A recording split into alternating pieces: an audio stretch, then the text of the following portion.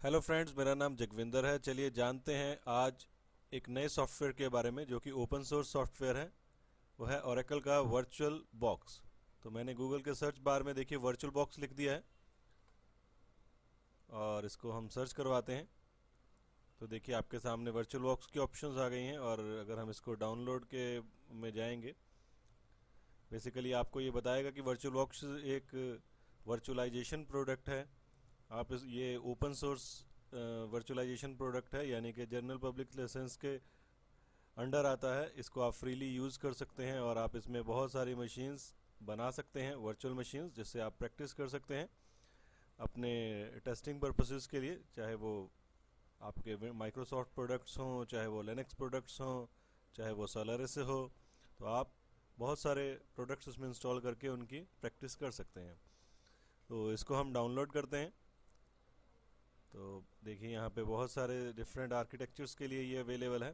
तो मैंने ये ऑलरेडी डाउनलोड किया हुआ है और डाउनलोड होने के बाद इसको इंस्टॉल भी कर दिया है। तो इसको सीखते हैं कि हम इसको यूज़ कैसे करते हैं।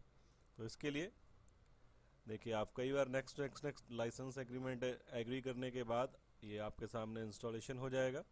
तो इसमें अगर न्यू वर्चुअल मशीन आपको बनानी हो तो देखिए जो फर्स्ट आपका वर्चुअल बॉक्स मैनेजर आता है, आप न्यू में जाइए तो एक विजार्ड स्टार्ट होता है। नेक्स्ट प्रेस कीजिए।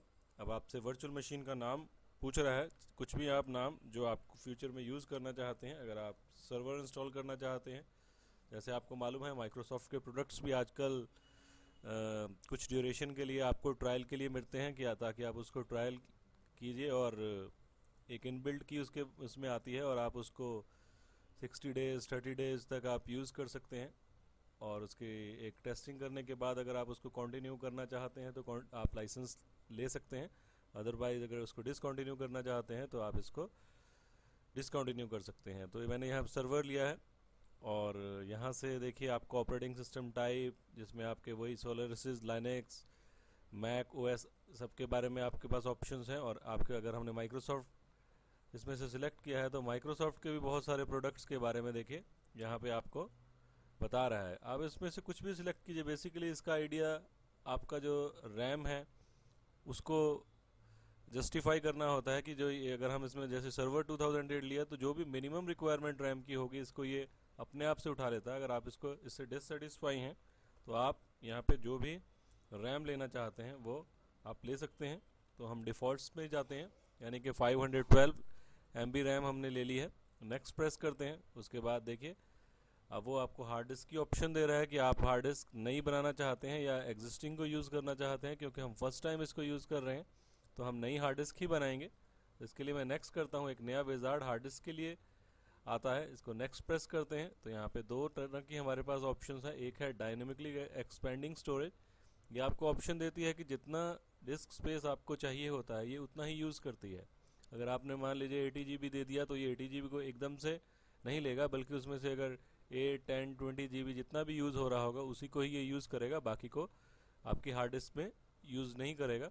और फिक्स साइज़ में जस्ट इसका रिवर्स है, यानी कि जो आप अलॉट करेंगे डिस्क स्पेस वो इमीडिएटली उसको अलॉट हो जाएगा। प्लस इतना ही डिस्क आपकी हार्ड डिस्क के ऊपर होना भी चाहिए। तो डिफ़ॉल्ट ऑप्शन ही लेते हैं। नेक्स्ट करते हैं। लोकेशन पूछ रहा है वो आपसे, तो जो लोकेशन आपने इसको देना चाहते हैं, जैसे कि मैंने इसको एक लोकेशन प्रोवाइड की है, आप उसमें आप दे सकते हैं। प्लस इसका साइज़ यहाँ पे है तो आप इसको कुछ भी साइज़, मान लीजिए आप इसको 80 GB भी आप प्रोवाइड कर सकते हैं। तो देखिए 80 GB मैंने इसको डिस्क स्पेस दे दिया है। नेक्स्ट करते हैं और फिनिश करते हैं। इसी के साथ हमने वर्चुअल हार्ड डिस्क क्रिएट कर दी, मशीन क्रिएट कर दी। तो मशीन क्रिएट होने के बाद देखिए ये पावर ऑफ है, इसको पावर ऑन करते हैं तो आपको एक नया विजार्ड स्टार्ट हुआ है। नेक्स्ट करते हैं। तो कह रहा है कि आप इंस्टॉलेशन इस हार्ड डिस्क के ऊपर, क्योंकि अभी हार्ड डिस्क खाली है, कहाँ से करना चाहते हैं। तो आप इसको कोई भी ड्राइव दे सकते हैं, आप डीवीडी से इंस्टॉल कर सकते हैं या फिर आप इसको आईएसओ इमेज भी प्रोवाइड कर सकते हैं। तो इसके लिए आपके पास आईएसओ पहले होनी चाहिए। तो इमेजेस में जाके, जैसे फॉर एग्जांपल हम इसमें सर्वर इंस्टॉल करना चाहते हैं तो हम Win2Gate सर्वर ले लेते हैं, ओपन करते हैं, नेक्स्ट और फिनिश। तो देखिए इंस्टॉलेशन स्टार्ट हो गई है। और उसके बाद जो भी हम इंस्टॉलेशन के स्टेप्स होंगे उसको फॉलो करेंगे, और इसी तरीके से बहुत सारे ऑपरेटिंग सिस्टम हम अपने हार्डवेयर, जो हमारा फिज़िकल हार्डवेयर है, उसके अकॉर्डिंग हम इस पे ले सकते हैं। जो भी आपकी लोकेशन है यहाँ से आप सिलेक्ट कर दीजिए। तो जैसे कि मैं पहले भी बता चुका हूँ कि आजकल माइक्रोसॉफ्ट के जितने भी प्रोडक्ट्स हैं वो आपको फ्री ऑफ, आप उसको 30 डेज़ या 60 डेज़ के लिए यूज़ कर सकते हैं। जैसे ये सर्वर 2008 है, इसको आप 60 डेज़ तक यूज़ कर सकते हैं।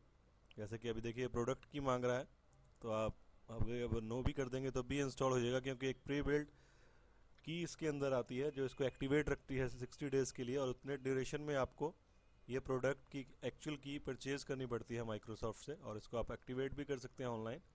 तो बहुत सारी ऑप्शंस आपके सामने प्रेजेंट है जो भी आप इंस्टॉल करना चाहें, और यहाँ पे आप को ये लिखना ही पड़ेगा, सिलेक्ट करना ही पड़ेगा कि I have purchase the this particular edition of Microsoft Windows.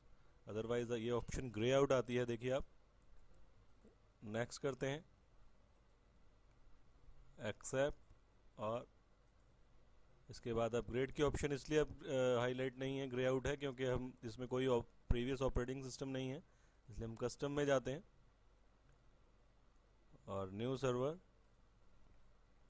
इसमें लगा सकते हैं। नेक्स्ट भी कर सकते थे। अगर आप चाहते हैं कि आप डिस्क का पार्टीशन कर दें तो आप डिस्क का पार्टीशन भी यहाँ पे कर सकते हैं।